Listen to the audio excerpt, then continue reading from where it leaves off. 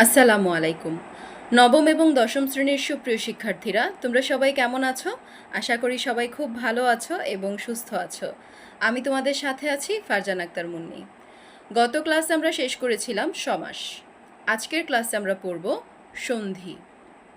তোমরা নিশ্চয়ই স্ক্রিনটি দেখতে পাচ্ছ। দেখো, আমাদের এই যে সন্ধি, এটার প্রথমেই আছে পাশাপাশি ধ্বনির মিলনকে সন্ধি বলে। তাহলে এর থেকে আমরা কি বুঝতে পারলাম যে সন্ধি কথাটির অর্থ হচ্ছে মিলন, এবং সন্ধি ধ্বনিতত্ত্বের আলোচ্য বিষয়। সন্ধি ধ্বনিতত্ত্বের আলোচ্য বিষয়। পৃথিবীর বহু ভাষায় পাশাপাশি শব্দের একাধিক ধ্বনি নিয়মিতভাবে সন্ধিবদ্ধ হলেও বাংলা ভাষায় তা বিরল। এই কথাটা দিয়ে কি বোঝাচ্ছে দেখো, পরবর্তী অংশটা যদি আমরা পড়ি তাহলে আমরা বুঝবো। যেমন, আমি এখন চা আনতে যাই, বাংলা ভাষার এই বাক্যটিকে সন্ধির সূত্র অনুযায়ী আমেক্ষণ চা আনতে যাই বলা যায় না। এটা দিয়ে এটাই বোঝাচ্ছে, ধরো আমরা যখন সন্ধি করব তখন আমরা কি করি, পাশাপাশি দুইটা শব্দকে একসঙ্গে করে একটা নতুন শব্দ তৈরি করি। ঠিক আছে, তো একটা ধ্বনির প্রভাবে অন্য আরেকটা ধ্বনি কি হয়ে যায়, একটু পরিবর্তন হয়ে যায়। তো এই পরিবর্তন অনুযায়ী যদি আমি বাক্য গঠন করতে যাই তাহলে কিন্তু সেটা শুনতে মোটেও ভালো লাগবে না। দেখো, আমি এখন, আমি এখন দুইটা কিন্তু আলাদা শব্দ। তো সন্ধি যদি আমি করি আমি আর এখন, তাহলে এটা কি হয়ে যায়, আমেক্ষণ। এখন আমি যদি বলি আমেক্ষণ জানতে যাই, এটা শুনতে কি ভালো লাগে? না। তাহলে এটাই এখানে বোঝাচ্ছে যে বাংলা ভাষায় সন্ধি বিভিন্নভাবে ব্যবহার হলেও ধরো বাক্য গঠনের ক্ষেত্রে এই যে সন্ধির যে ব্যবহার, মানে সব ক্ষেত্রেই মানে সন্ধি ব্যবহার করে করে বাক্য গঠন, এটা আসলে সম্ভব না, শুনতেও ভালো লাগে না। এজন্য বলছে আমি এখন চা আনতে যাই, এটা হচ্ছে একটা বাক্য এবং ভিন্ন ভিন্ন কতগুলো শব্দ, এগুলোকে যদি সন্ধি বিচ্ছেদ করে আমি কথা বলতে যাই তাহলে শুনতে মোটেও ভালো লাগবে না। এই কথাটাই এখানে বলা হচ্ছে। তবে বাংলা ভাষায় উপসর্গ প্রত্যয় দিয়ে এবং সমাস প্রক্রিয়ায় শব্দ গঠনের ক্ষেত্রে সন্ধির সূত্র কাজে লাগে। তাহলে এই যে সন্ধিটা আমি কখন করতে পারি, উপসর্গ প্রত্যয় বা সমাস এগুলোর মাধ্যমে আমরা পড়ে এসেছি যে নতুন নতুন শব্দ গঠিত হয়। তাহলে এগুলোই হচ্ছে কি, এইগুলোর ক্ষেত্রে সন্ধির সূত্রটা কাজে লাগে। এই কথাটার এটাই মানে যে পৃথিবীতে বহু ভাষার পাশাপাশি এই যে একাধিক ধ্বনি নিয়মিতভাবে সন্ধিবদ্ধ হচ্ছে। ঠিক আছে, এই কথাটা দিয়ে এটাই বোঝাচ্ছে যে পৃথিবীর বহু ভাষায় পাশাপাশি একাধিক ধ্বনি নিয়মিতভাবে সন্ধিবদ্ধ হলেও বাংলা ভাষায় তা বিরল। মানে আমি একটা বাক্য সন্ধি ব্যবহার করে করে কিন্তু বলতে পারি না, সেটা শুনতেও ভালো লাগে না। কিন্তু উপসর্গ প্রত্যয় দিয়ে বা সমাস প্রক্রিয়ায় যখন আমি শব্দ গঠন করব, সেই ক্ষেত্রে কিন্তু সন্ধির সূত্রটা আমাদের কাজে আসবে। এই কথাগুলো তোমরা আমরা আমরা যখন এই যে নিচের অংশগুলো পড়তে থাকব, তোমরা এই কথাগুলো আরও ভালো করে নিজেদের সাথে রিলেট করতে পারবে। তাহলে চলো আমরা পরবর্তী অংশগুলো দেখি। সন্ধি তিন প্রকার। সন্ধি তিন প্রকার: স্বরসন্ধি, ব্যঞ্জন সন্ধি, বিসর্গ সন্ধি। সন্ধি কত প্রকার? তিন প্রকার। কি কি? স্বরসন্ধি, ব্যঞ্জন সন্ধি, বিসর্গ সন্ধি। আচ্ছা, এই যে দেখো স্বরসন্ধি, স্বরধ্বনির সঙ্গে স্বরধ্বনির মিলনকে স্বরসন্ধি বলে। স্বরধ্বনির সঙ্গে স্বরধ্বনির মিলনকে, মানে দুইটাই হবে স্বরধ্বনি। স্বরধ্বনির সঙ্গে ব্যঞ্জন ধ্বনি আসবে না। স্বরধ্বনির সঙ্গে যখন স্বরধ্বনির মিলন ঘটবে তখন সেই ক্ষেত্রে তৈরি হবে স্বরসন্ধি। স্বরসন্ধি। তোমরা একটু সূত্রগুলো দেখো, এখানে আমাদেরকে 16টা সূত্র দেওয়া আছে। প্রথম সূত্র, অ বা আ যোগ অ অথবা আ মিলে হবে আ। উদাহরণগুলো একটু দেখো। উত্তর যোগ অধিকার, উত্তরাধিকার। আশা যোগ অতীত, আশাতীত। এই যে উত্তর, ঠিক আছে, এই যে উত্তর, উত্তর কথাটার শেষে এই যে র, র, র, এখানে কোন ধ্বনিটা আমরা পাচ্ছি? ও। এখানে কোন ধ্বনি পাচ্ছি? ও। আর এই যে অধিকার,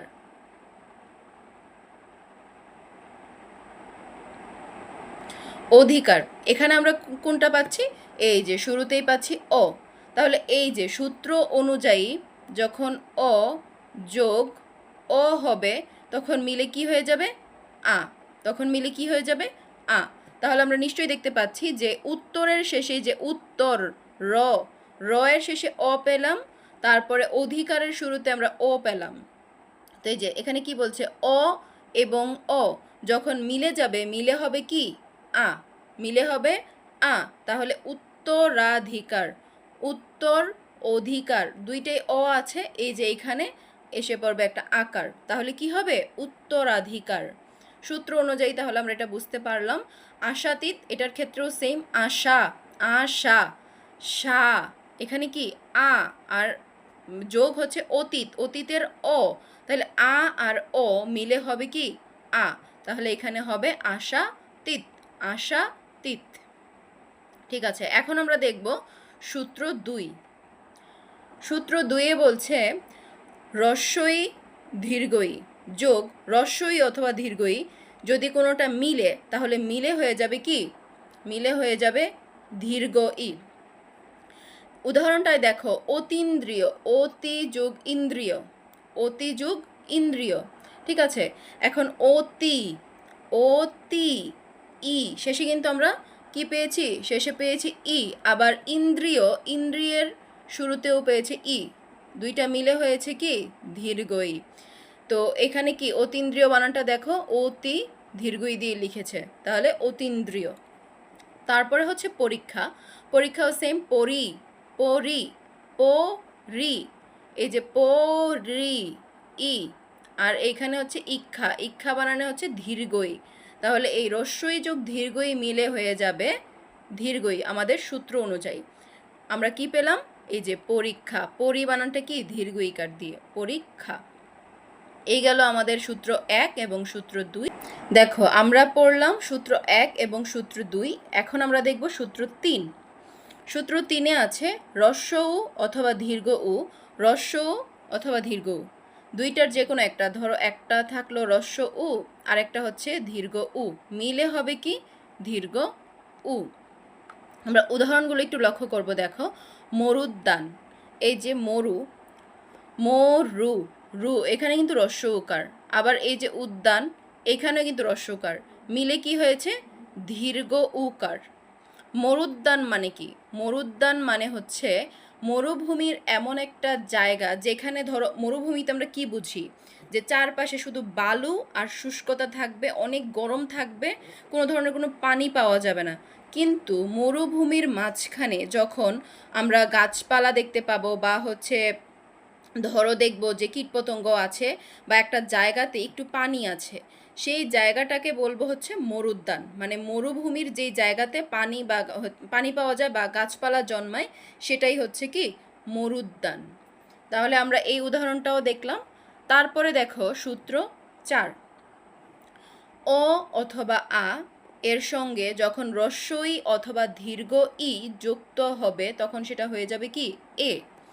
উদাহরণটা দেখো, শুভ ইচ্ছা, শুভ, শুভ, তাহলে আমরা কি পেয়েছি এখানে? অ, অস্বরধ্বনি পেলাম। তারপরে ইচ্ছা, এখানে কি পেলাম? হ্রস্ব ই। তাহলে এই যে হলো না সূত্র অনুযায়ী, স্বরয় আছে এবং যোগ হ্রস্ব ই, মিলে কি হবে? মিলে হয়ে যাবে হচ্ছে এ। তাহলে এই যে উদাহরণটা দেখো, শুভ ইচ্ছা, এখানে এই দুইটা মিলে কি হয়ে গিয়েছে? এ। এই যে শুভেচ্ছা, এখানে কিন্তু একারটা আমরা পেয়েছি। এই হলো সূত্র 4। এখন আমরা দেখব সূত্র 5।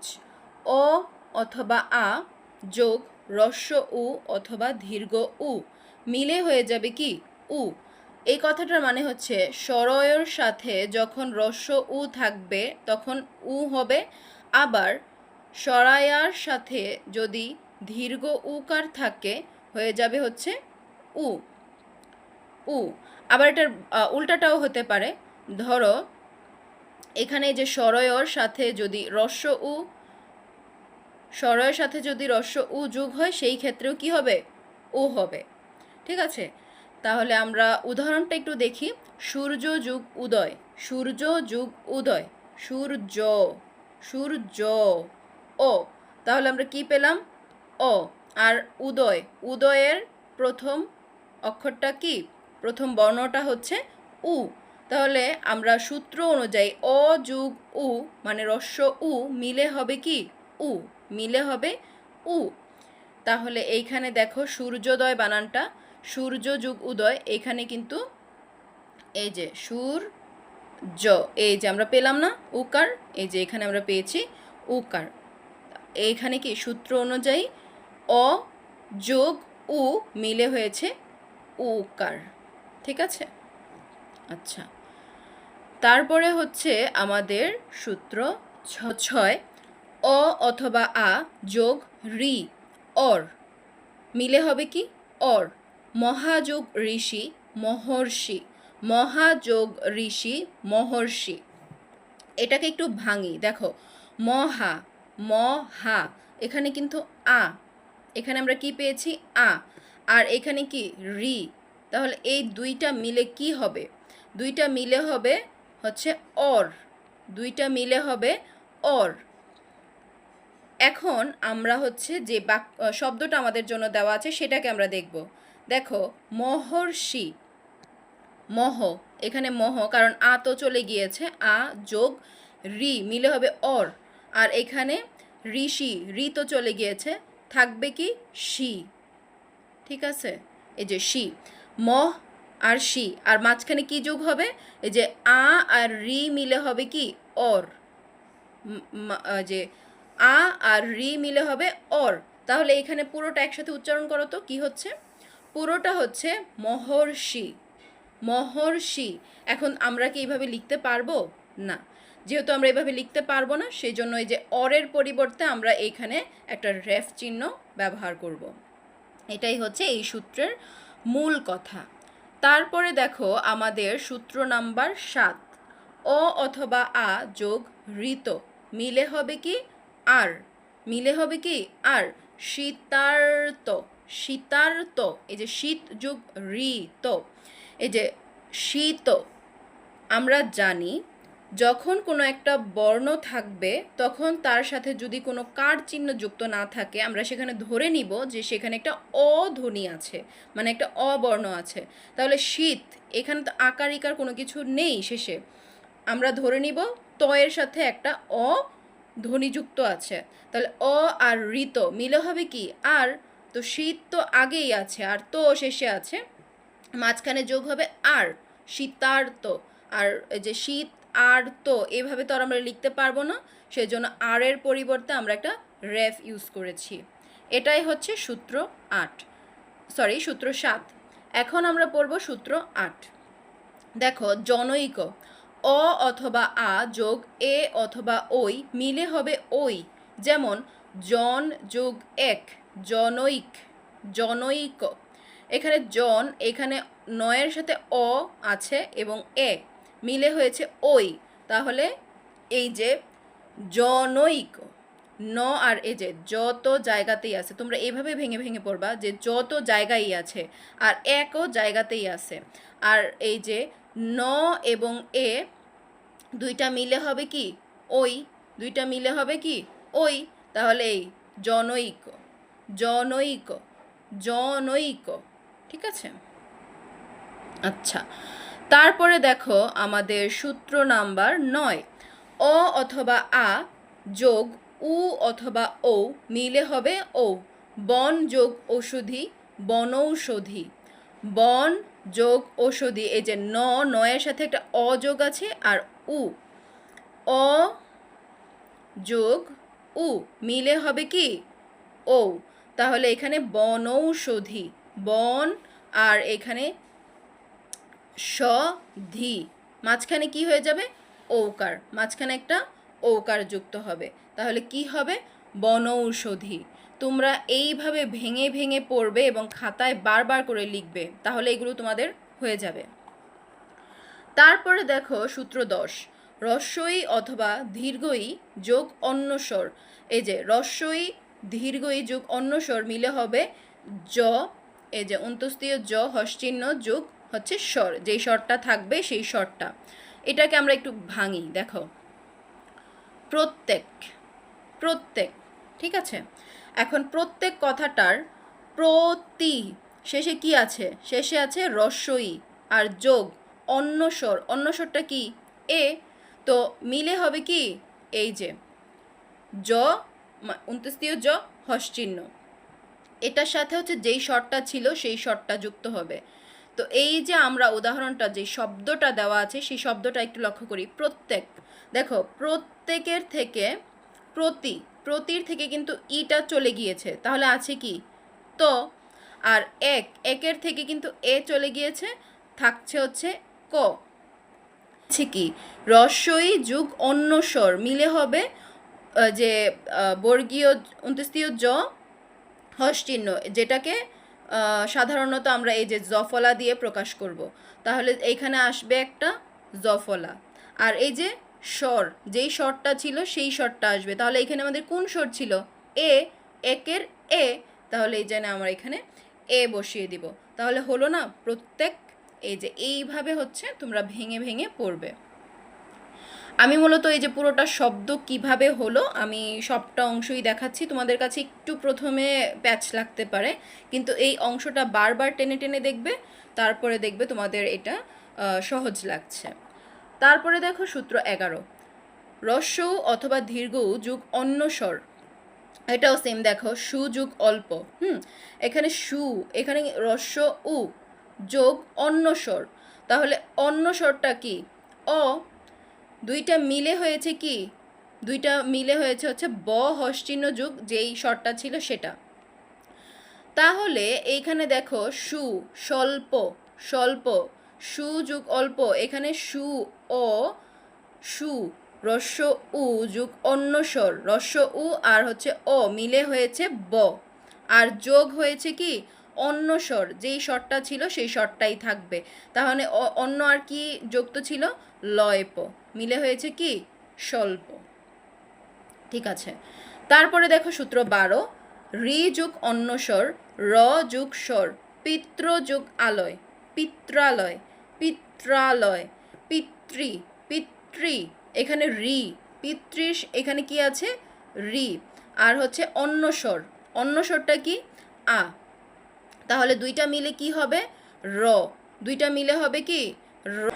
র হস চিহ্ন প্লাস স্বর। এটাকেও আমরা ভাঙি, চলো। এই যে দেখো পিত্রালয়, পিত্রালয়, এখন পিত,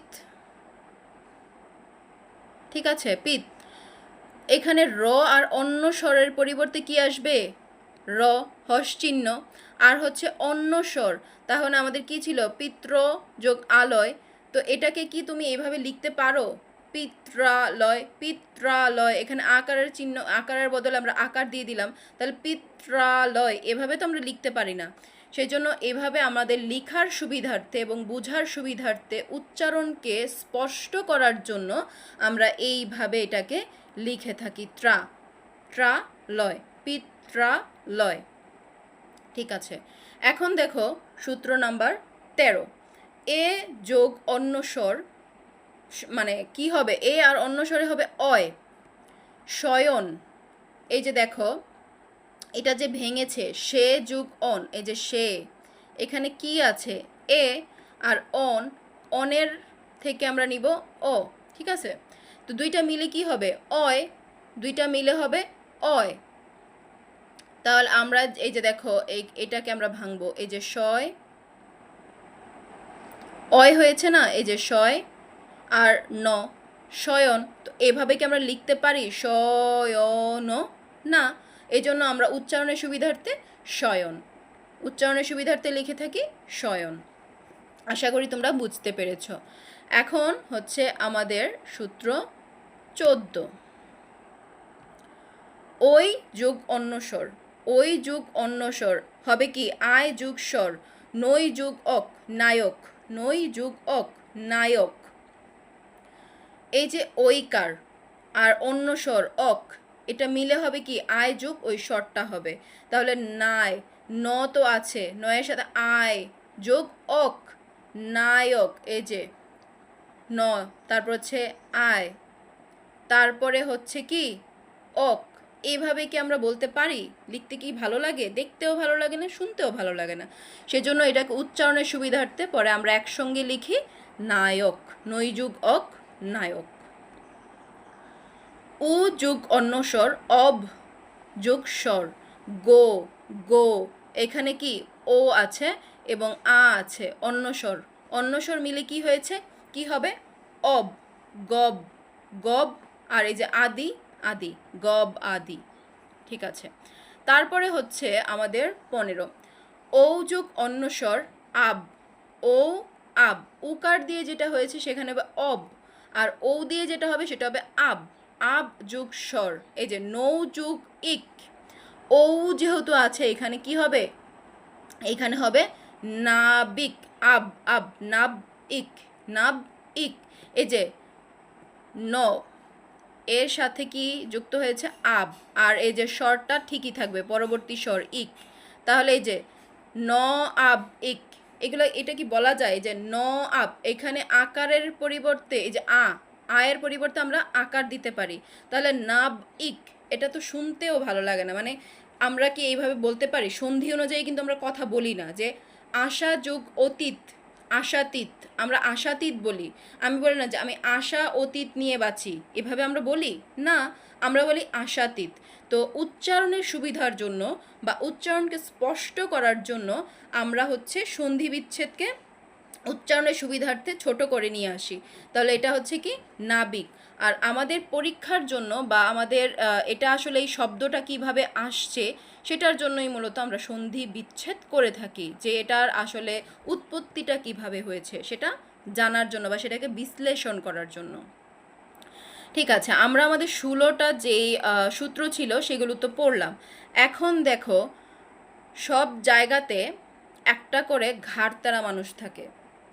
ধরো সবাই যাচ্ছে একই স্রোতে, সে ওই দিকে যাবে না, বা সবাই যেই কথাটা মানছে সে সেই কথাটা মানবে না, সে তার নিজের মতোই থাকবে। তো এই ধরনের মানুষগুলোকে আমরা বলে থাকি ঘাড়তেরা টাইপ। তো এই ধরনের কিছু ব্যাকরণেও রয়েছে, সেগুলোকে আমরা বলবো নিপাতনে সিদ্ধ স্বরসন্ধি।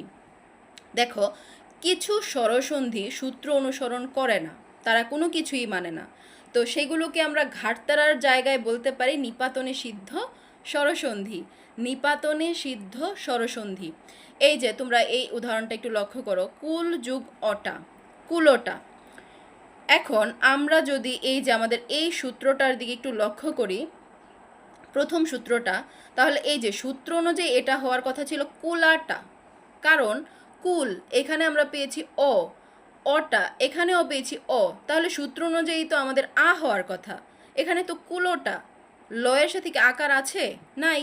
তাহলে কি এটা কোন মানে সূত্রটা অনুসরণ করেনি, এটা হচ্ছে নিপাতনে সিদ্ধ স্বরসন্ধি। এর পরেরটাও তোমরা একটু দেখো, গো যুগ অক্ষ, এই যে দেখো গো যুগ অক্ষ, গবাক্ষ, সূত্র অনুসারে গবক্ষ হওয়ার কথা, গো, আর হচ্ছে ও, তাহলে মিলে এখানে তো আকার মানে অকার হওয়ার কথা, কিন্তু এখানে গবক্ষ হয়েছে কেন? গবক্ষ। ঠিক আছে, তো গবাক্ষ এই কথাটার মানে কি? গবাক্ষ মানে হচ্ছে জানালা। আসলে আমি আগে জানতাম যে এটা হয়তো বা গরুর কোনো মানে গরু রিলেটেড কোনো কিছুকে বোঝাচ্ছে হয়তো গবাক্ষ, কিন্তু মজার বিষয় হচ্ছে গবাক্ষ দিয়ে বোঝায় জানালা। ঠিক আছে, এটা কি তোমরা কেউ জানতে? যদি কেউ জেনে থাকো তাহলে আমাকে অবশ্যই কমেন্ট বক্সে জানাবে, যেটা আমি আগে জানতাম যে গবাক্ষ মানে জানালা, আমি আগে জানতাম না। আমি হচ্ছে এটা মানে অনেক গবেষণা করে তারপরে হচ্ছে মানে অনেক ঘাটাঘাটি করার পরে জানতে পেরেছি যে গবাক্ষ মানে হচ্ছে জানালা। তো এইখানে সূত্র অনুযায়ী হওয়ার কথা গবক্ষ, কিন্তু না, এখানে সূত্র টুত্র কিচ্ছু মানে নাই, এইখানে মানে নাই, যেহেতু কি হয়েছে, গবাক্ষ হয়েছে। তো এইগুলো হচ্ছে নিপাতনে সিদ্ধ স্বরসন্ধি, যেগুলো কোনো ধরনের কোনো সূত্র মানে না। এই যে তোমাদের এই স্বরসন্ধি, এই জায়গাগুলোর মধ্যে এই যে এই জায়গাটা ভীষণ ইম্পর্ট্যান্ট, নিপাতনে সিদ্ধ স্বরসন্ধি, এটা খুবই ইম্পর্ট্যান্ট, এখান থেকে প্রশ্ন আসে। তো এই জায়গাগুলো তোমরা একটু মনোযোগের সাথে দেখবে, ঠিক আছে? আচ্ছা, আমরা এখন আমাদের পরবর্তী যে সন্ধি আছে ব্যঞ্জন সন্ধি সেটাকে দেখব। স্বরে ব্যঞ্জনে বা ব্যঞ্জনের স্বরে ও ব্যঞ্জনে ব্যঞ্জনে যে সন্ধি হয় তাকে ব্যঞ্জন সন্ধি বলে। ব্যঞ্জন সন্ধি কীভাবে হবে? স্বর সন্ধি যোগ ব্যঞ্জন সন্ধি মিলে ব্যঞ্জন সন্ধি হবে। আবার ব্যঞ্জন ধ্বনি যোগ স্বরধ্বনি এভাবে মিলে হবে ব্যঞ্জন সন্ধি। ব্যঞ্জন ধ্বনি মিলে হবে ব্যঞ্জন সন্ধি। নিচে আমরা এই অংশগুলো যখন দেখব আমাদের কাছে এই ব্যাপারগুলো ক্লিয়ার হয়ে যাবে। দেখো, স্বর যোগ ব্যঞ্জন, এই যে স্বর যোগ ছ, স্বর চয় ছ, কথা ছলে, পরিচ্ছেদ। এখন পূর্ববর্তী স্বরের প্রভাবে পরবর্তী ছ এর জায়গায় চয় ছ হয়েছে। এখানে কথা ছলে, কথা, কথা, থা, এখানে আমরা কি পেয়েছি? আ। এখানে আমরা স্বরধ্বনি পেয়েছি আ। আর পরেরটা কি ছিল? পরেরটা হচ্ছে ছলে, ছলের থেকে আমরা কি পেলাম? ছ। তাহলে ছ কি? ব্যঞ্জন ধ্বনি। তো এই যে আ আর ছ, এটা হচ্ছে স্বরধ্বনি, এটা হচ্ছে ব্যঞ্জন ধ্বনি। দুইটা মিলে হয়ে গিয়েছে কি? ছ, চয় ছ, দুইটা মিলে হয়েছে চয় ছ, চয় ছ। তাহলে দুইটা এই যে কথা ছলে, কথা ছলে, এই জায়গাটায় চয় ছ যুক্ত হয়ে গিয়েছে, কথা ছলে।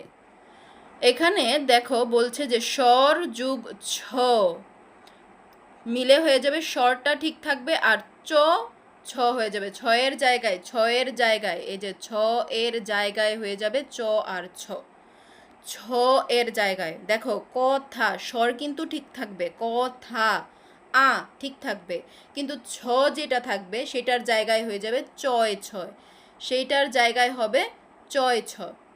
ঠিক আছে। দ্বিতীয়টা সেম, পরিচ্ছেদ। এখানে পরি, পরি কিন্তু ঠিকই আছে, কিন্তু এই যে ছে, ছ, ছয়ের জায়গায় কিন্তু হয়েছে চয় ছ। তাহলে এই জায়গাটা আমরা দেখলাম যে পূর্ববর্তী স্বরের প্রভাবে পরবর্তী ছ এর জায়গায় চয় ছ হয়েছে। এটা কি? স্বরয় আর ব্যঞ্জনে হয়েছে ব্যঞ্জন সন্ধি। এখন আমরা দেখব ব্যঞ্জন যুগ স্বর। দেখো, ক, চ, ট, ত, প যোগ স্বর।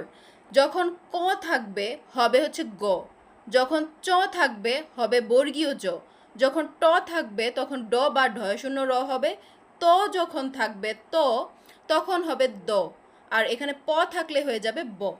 ঠিক আছে, এই কথাটার মানে হচ্ছে এইটুকুই। তো ব্যঞ্জন আর স্বর, ব্যঞ্জন যোগ স্বর মিলে হবে কি? ব্যঞ্জন সন্ধি। দেখো, দিক যোগ অন্ত, দিগন্ত, দিক যোগ অন্ত। তো এটাকে, এটা এমনিতে কি হওয়ার কথা ছিল? দিকন্ত। ক, গয়ের জায়গায় হওয়ার কথা ছিল দিকন্ত, মানে শুনতে খুবই অড লাগছে। তো এখানে আমাদের সূত্র অনুযায়ী ক, ক থাকলে হয়ে যাবে কি? গ। ক থাকলে কি হবে? গ।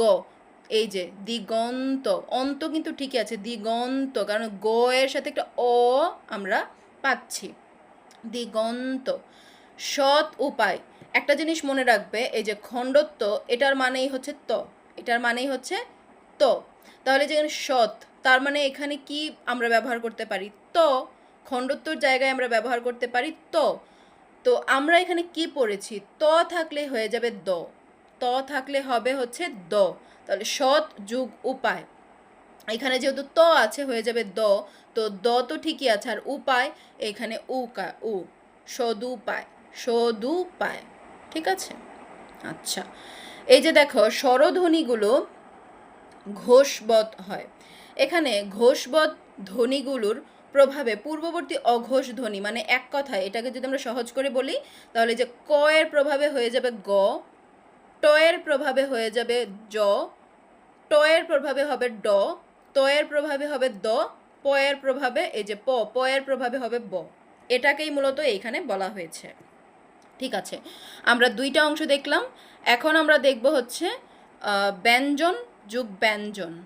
ব্যঞ্জনে ব্যঞ্জনে যে ব্যঞ্জন ধ্বনি হচ্ছে সেটা, ব্যঞ্জন সন্ধি হচ্ছে সেটা আমরা দেখব। এই যে ব্যঞ্জন সন্ধিতে একটি ধ্বনির প্রভাবে পার্শ্ববর্তী ধ্বনি পরিবর্তিত হয়ে যায়। ব্যঞ্জন সন্ধিতে একটি ধ্বনির প্রভাবে পার্শ্ববর্তী ধ্বনি পরিবর্তিত হয়ে যায়। চলচ্চিত্র, চলচ্চিত্র, এখানে চ এর প্রভাবে ত হয়েছে চ। ব্যঞ্জন সন্ধিতে একটি ধ্বনির প্রভাবে পার্শ্ববর্তী ধ্বনিটা কি হবে? পরিবর্তিত হয়ে যাবে।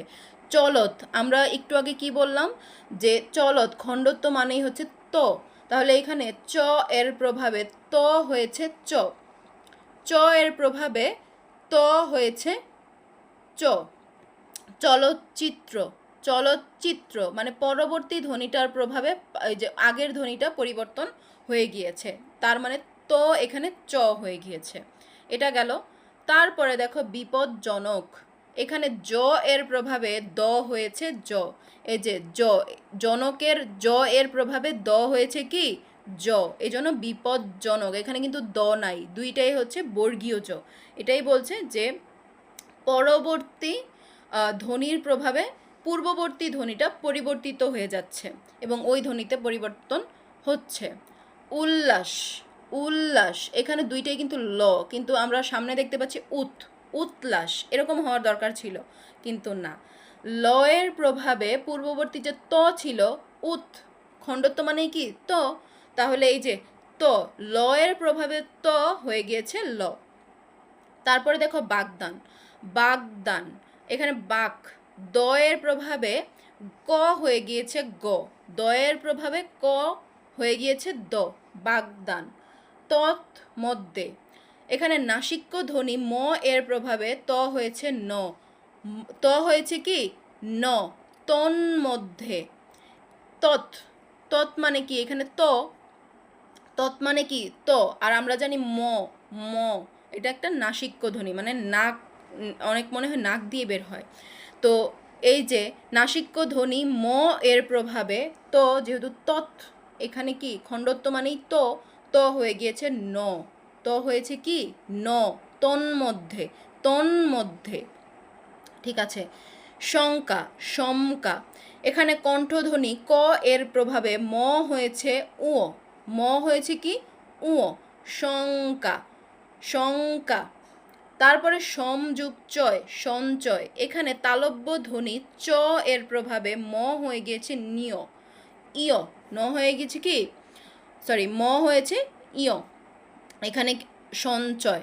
তারপরে সমযুগ তাপ, সন্তাপ, এখানে দন্ত ধ্বনি ত, এই যে তাপের তো, তো এর প্রভাবে ম হয়ে গিয়েছে, যে সামনের সম থেকে হয়েছে ন, তাহলে সন্তাপ। আর এমনিতে এটা কি হতো সমতাপ, যদি না পরিবর্তিত হতো সমতাপ, কিন্তু এরকম কিছু হয় না, এজন্য দেখো দন্তধ্বনি ত এর প্রভাবে ম, সময়ের ম হয়ে গিয়েছে ন। ঠিক আছে। তারপরে দেখো সমযুগ মান, সম্মান, এখানে উষ্ঠধ্বনি ম এর প্রভাবে ম অপরিবর্তিত রয়েছে। উষ্ঠধ্বনি কোনগুলো, যে ধ্বনিগুলো উচ্চারণ করতে গেলে আমাদের এই দুই ঠোঁটের প্রয়োজন পড়ে তাদেরকে বলা হচ্ছে উষ্ঠধ্বনি। তাহলে উষ্ঠধ্বনি ম এর প্রভাবে ম অপরিবর্তিত রয়েছে। সম্মান, দুইটাতেই কিন্তু ম রয়েছে, যে সম, সম, সম, সম, এখানে হস চিহ্ন, আমরা জানি হস চিহ্ন থাকলে সেই যে ধ্বনি বা বর্ণটা সেটা পুরোপুরি উচ্চারিত হবে না, হাফ উচ্চারণ হবে। তাহলে এখানে ম এর নিচে কিন্তু হস চিহ্ন আছে, আমরা বলবো সম, আর এখানে মান, তাহলে দুইখানে হচ্ছে ম আছে। উষ্ঠধ্বনি ম এর প্রভাবে ম অপরিবর্তিতই আছে, এখানে ম এর কোনো পরিবর্তন ঘটেনি। তারপরে শস যুক্ত মূর্ধন্য ধ্বনি, মূর্ধন্য স এর প্রভাবে থ হয়েছে ঠ, এই যে দেখো স, এই যে মূর্ধন্য স এর প্রভাবে, মূর্ধন্য স এর প্রভাবে থ, এই যে থটা, থটা হয়ে গিয়েছে ঠ। এতক্ষণ কিন্তু আমরা দেখলাম এই যে এই পর্যন্ত, এই পর্যন্ত আমরা দেখলাম যে সামনের ধ্বনির প্রভাবে পরের ধ্বনিটা প্রভাবিত হচ্ছে। লাস্টেরটায় আমরা দেখলাম যে সামনের ধ্বনির প্রভাবে, সরি পরের ধ্বনির প্রভাবে হচ্ছে সামনের ধ্বনিটা পরিবর্তন হয়েছে। এই যে শস, মূর্ধন্য স, মূর্ধন্য ধ্বনি স এর প্রভাবে। আচ্ছা, এতক্ষণ আমরা দেখলাম যে পরবর্তী ধ্বনিগুলোর প্রভাবে পূর্ববর্তী ধ্বনিগুলো পরিবর্তন হয়েছে, কিন্তু এই ক্ষেত্রে কিন্তু ভিন্নটা হয়েছে। এই যে শস থ, পূর্ববর্তী ধ্বনিটার জন্য পরবর্তী ধ্বনিটা পরিবর্তন হয়েছে, থ এর জায়গায় ঠ হয়ে গিয়েছে। ঠিক আছে, এই গেল আমাদের এই অংশটা। তারপরে দেখো ব্যঞ্জন ধ্বনি, স্বরধ্বনির মতো ব্যঞ্জন সন্ধিতেও, তারপর দেখো স্বরসন্ধির মতো ব্যঞ্জন সন্ধিতেও কিছু ঘাটতারা আছে। সেগুলোকে আমরা বলবো নিপাতনে সিদ্ধ ব্যঞ্জন সন্ধি। আমরা স্বরসন্ধির বেলায় বলেছি নিপাতনে সিদ্ধ স্বরসন্ধি, আর ব্যঞ্জন সন্ধির বেলায় আমরা বলবো নিপাতনে সিদ্ধ ব্যঞ্জন সন্ধি। কোনগুলোকে? যেগুলো ঘাড়তারা, কোনো ধরনের কোনো নিয়ম মানে না, নিয়ম ছাড়া হয়। তাহলে উদাহরণগুলো দেখো, গো যুগ পদ গোষ্পদ, গো যুগ পদ গোষ্পদ, কোনো নিয়ম মানেনি। একা যোগ দশ একাদশ, একা যোগ দশ, এই যে একা আ আর হচ্ছে দ মিলে এটাকে এখানে পরিবর্তন হওয়ার কথা ছিল কিন্তু হয়নি, হয়েছে কি একাদশ। বৃহস্পতি বৃহস্পতি, ত আর যুগ প, তয়ের প্রভাবে আমরা কি পড়েছি? তয়ের প্রভাবে দ হয়ে যাওয়ার কথা, কিন্তু এখানে কি দ হয়েছে? হয়নি। এখানে বৃহস্পতি, তার যেরকম মনে হয়েছে সে সেই রকমভাবেই বসেছে। তাহলে এগুলো হচ্ছে এখানে নিপাতনে সিদ্ধ ব্যঞ্জন সন্ধি, যেগুলো কোনো ধরনের কোনো নিয়ম মানে না, তুমি এগুলো কোনো ধরনের সূত্রে ফেলতে পারবে না। মানে এই যে গোষ্পদ, একাদশ, বৃহস্পতি, এইগুলাকে তুমি উপরের কোনো নিয়ম, এই যে এখানে যে এতগুলো নিয়ম পড়লা ব্যঞ্জন সন্ধিতে, এগুলোর কোনো নিয়মই এখানে কি হবে না, কোনো নিয়মই এইখানে হবে না। যেমন একাদশ, 1+10 আমরা পড়েছি, এই যে এখানে ক, ক থাকলে হয়ে যাবে হচ্ছে গ, এখানে কি কোনো গ দেখতে পাচ্ছ? না, এখানে একাদশ, এখানে আ যোগ হয়েছে, একাদশ একাদশ। তো এগুলো কোনো নিয়ম মানছে না, এগুলো যেহেতু নিয়ম মানছে না, এগুলোর নাম হচ্ছে নিপাতনে সিদ্ধ ব্যঞ্জন সন্ধি। নিপাতনে সিদ্ধ স্বরসন্ধি, নিপাতনে সিদ্ধ ব্যঞ্জন সন্ধি, এই জায়গাগুলো মোস্ট মোস্ট মোস্ট ইম্পর্ট্যান্ট। এই জায়গাগুলো খুব গুরুত্ব দিয়ে তোমরা পড়বে এবং দেখবে। আচ্ছা, আমরা এতক্ষণ পড়েছি স্বরসন্ধি, তারপরে পড়লাম ব্যঞ্জন সন্ধি, এখন আমরা পড়ব বিসর্গ সন্ধি। এখন কি পড়ব? বিসর্গ সন্ধি। দেখো, বিসর্গ সন্ধি, বিসর্গ সন্ধিতে বিসর্গের কয়েক ধরনের পরিবর্তন লক্ষ্য করা যায়। বিসর্গ কিছু আছে, বিসর্গ এক জায়গাতেই থাকবে, কোনো ধরনের কোনো নড়াচড়া করবে না, বিসর্গ বিসর্গর জায়গাতেই থাকবে।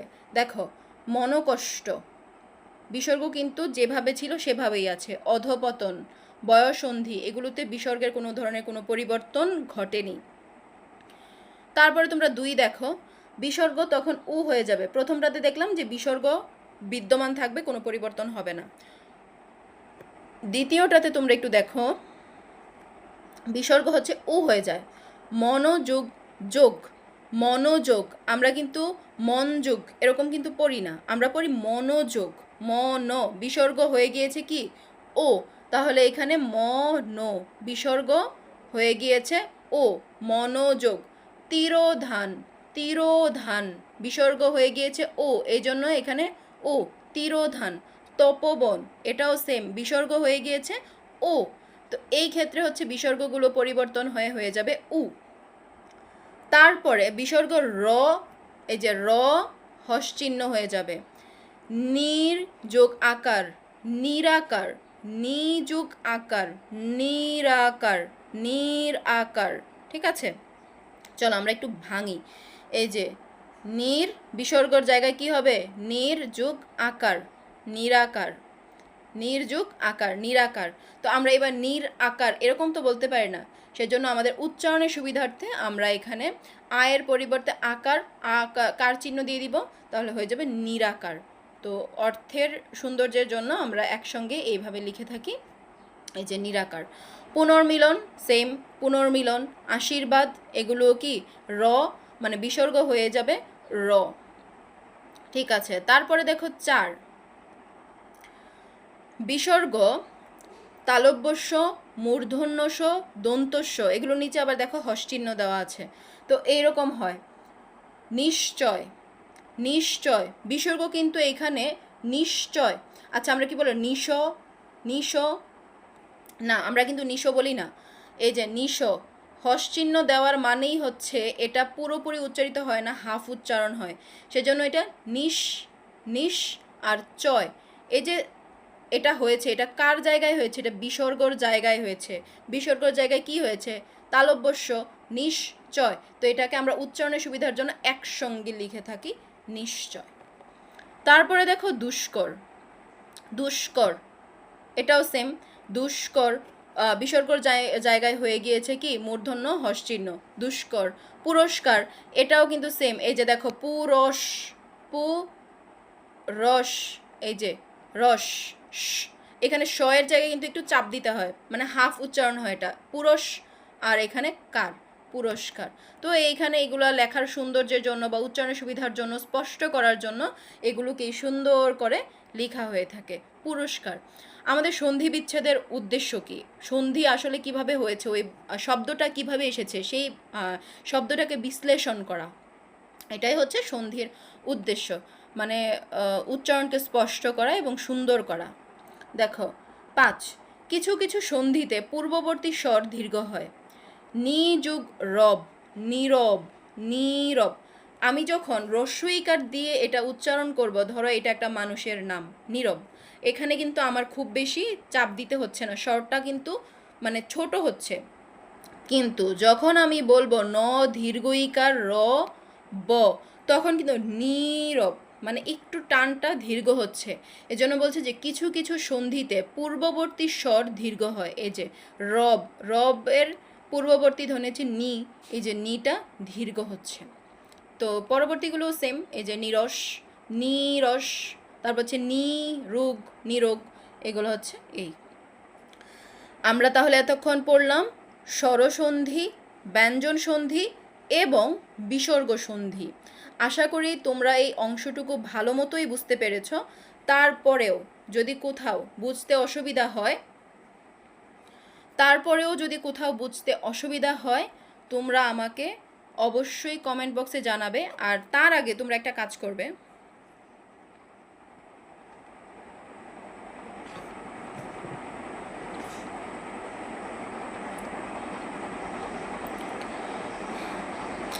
আচ্ছা, আমি আশা রাখি যে তোমরা সবগুলো অংশই ভালো মতো করে বুঝতে পেরেছো। তারপরে যদি কোথাও মনে হচ্ছে যে বুঝতে পারছি না, বারবার টেনে টেনে দেখবে। তারপরেও যদি মনে হয় যে না বুঝতে পারছি না, তোমরা অবশ্যই আমাকে কমেন্ট বক্সে জানাবে যে কোথায় তোমাদের অসুবিধা হচ্ছে, বা কোন শব্দটা আরও যদি ভেঙে বলা হয় তোমাদের মানে আরও বেশি ক্লিয়ার হয়ে যাবা তোমরা। ঠিক আছে, তোমাদের অসুবিধাগুলো অবশ্যই আমাকে জানাবে।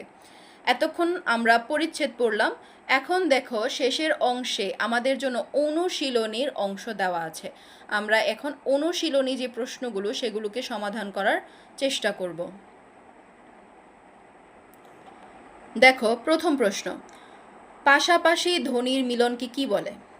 আমরা একদম শুরুতেই পড়েছি যে পাশাপাশি ধ্বনির মিলনকে বলে সন্ধি। অ অথবা আ যোগ অ অথবা আ সূত্রের উদাহরণ কোনটি? সূত্রের উদাহরণ কোনটি? উত্তরাধিকার। আমরা পড়েছি উত্তর যুগ অধিকার মিলে হয়েছে উত্তরাধিকার। তার মানে অ আর এই যে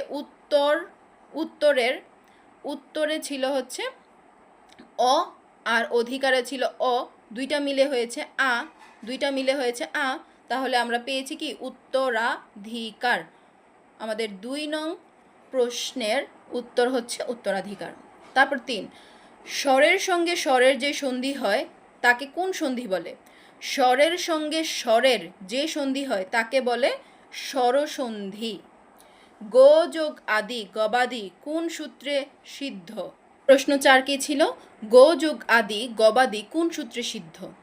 চলো আমরা একটু দেখে আসি গো যোগ আদি এটা কোন সূত্রে সিদ্ধ ছিল। তোমরা একটু লক্ষ্য করো, এই যে সূত্র 15, গো যোগ আদি গবাদি এটা কি ছিল? ও যোগ অন্যস্বর, মিলে হবে অব, এবং যেই স্বরটা ছিল সেটাই, মানে গব অব আর আদির জায়গায় আদি আছে, গব আদি। তাহলে আমাদের উত্তরটা কি হবে তোমরা একটু বলো তো? আমাদের 4 নং প্রশ্নের উত্তর কি হবে?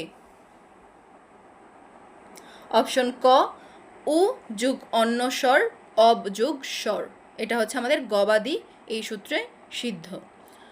ব্যঞ্জন সন্ধি কতভাবে হতে পারে? 3 ভাবে। স্বরে ব্যঞ্জনে, আবার ব্যঞ্জনে স্বরে, আরেকটা হচ্ছে ব্যঞ্জনে ব্যঞ্জনে। ঠিক আছে, পরিচ্ছেদ কোন নিয়মের ব্যঞ্জন সন্ধি? পরিচ্ছেদ কোন নিয়মের ব্যঞ্জন সন্ধি বলো তো আমাকে একটু। এই যে আমরা কিন্তু একদম শুরুতে পড়েছি, এই যে এই অংশটা তোমরা একটু দেখো। স্বর যোগ ব্যঞ্জন, স্বর যোগ ছ যখন থাকবে ছটা হয়ে যাবে চয় ছ, ছটা কি হবে চয় ছ। তার মানে এখানে কি স্বর আর ব্যঞ্জন মিলে যে পরিচ্ছেদ কথা ছলে আমরা কি পেলাম, আমরা তাহলে পেলাম যে আমাদের প্রশ্ন নাম্বার 6 এর উত্তর হচ্ছে স্বরে ব্যঞ্জনে। কোনটিতে জ এর প্রভাবে ত হয়েছে? অবশ্যই সেটা উজ্জ্বল। এই যে উত জল উত, তাহলে আমরা জানি মানে খণ্ডত্ব, খণ্ডত্ব মানেই হচ্ছে কি তো, খণ্ডত্ব মানেই তো। তাহলে এখানে খণ্ডত্ব মানে যেহেতু তো, তো জ এর প্রভাবে ত হয়েছে জ, জল। এই যে জল, জল তো ছিলই, জ এর প্রভাবেই তো তো হয়ে গিয়েছে হচ্ছে জ। ঠিক আছে, আশা করি তোমরা বুঝতে পেরেছো। এখন হচ্ছে আমরা দেখব আমাদের প্রশ্ন নাম্বার 8।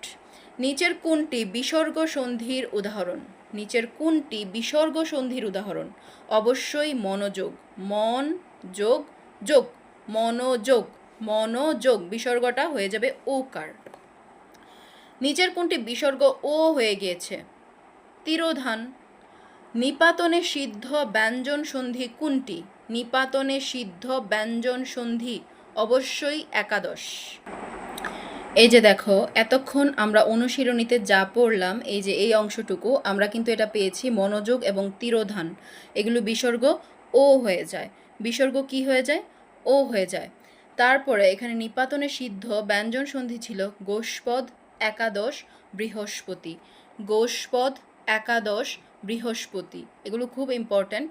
তারপরে এখানে তোমরা একটু দেখো যে ঘোষবধ, যে এই যে এই লাইনটা ঘোষবধ হয়, স্বরধ্বনিগুলো কি হয় ঘোষবধ হয়।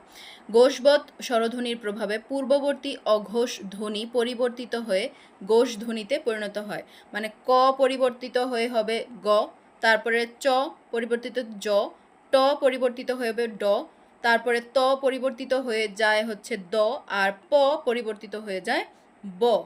পূর্ববর্তী অঘোষ ধ্বনি পরিবর্তিত হয়ে ঘোষ ধ্বনিতে পরিবর্তিত হয়, এটা ইম্পর্ট্যান্ট। তারপরে আরেকটা ইম্পর্ট্যান্ট হচ্ছে কি ব্যঞ্জন ধ্বনি ব্যঞ্জন সন্ধি কিভাবে কিভাবে গঠিত হয়, স্বরে ব্যঞ্জনে, ব্যঞ্জনে স্বরে, ব্যঞ্জনে ব্যঞ্জনে। আর এইখানে যে স্বরসন্ধির ব্যাপারটা, এখানেও নিপাতনে সিদ্ধ স্বরসন্ধি আমরা পেয়েছি, সেগুলো হচ্ছে কুলটা গবাক্ষ, এই দুইটা হচ্ছে নিপাতনে সিদ্ধ স্বরসন্ধি। আর এই যে এখানে হচ্ছে আমাদের 16টা সূত্র, এগুলো সবগুলো খুব ইম্পর্ট্যান্ট তোমাদের। আসলে এটা সমাস যেমন সব ক্ষেত্রে দরকার, এই সন্ধিও তোমাদের সব ক্ষেত্রে দরকার, একদম তোমাদের চাকরি পর্যন্ত সন্ধি দরকার।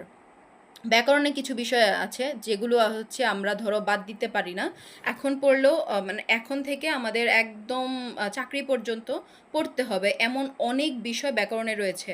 তোমাদেরকে আমি আজকে যা যা পড়িয়েছি তোমরা বারবার টেনে টেনে বা পজ করে ক্লাসটা দেখবে, বোঝার চেষ্টা করবে, খাতায় লিখবে, প্র্যাকটিস করবে, নিজে নিজেকে প্রশ্ন করবে। কারণ এই যে অনুশীলনীর যে অংশটা তোমরা তো দেখতেই পাচ্ছ যে কিভাবে তোমাদের প্রশ্নটা আসতে পারে।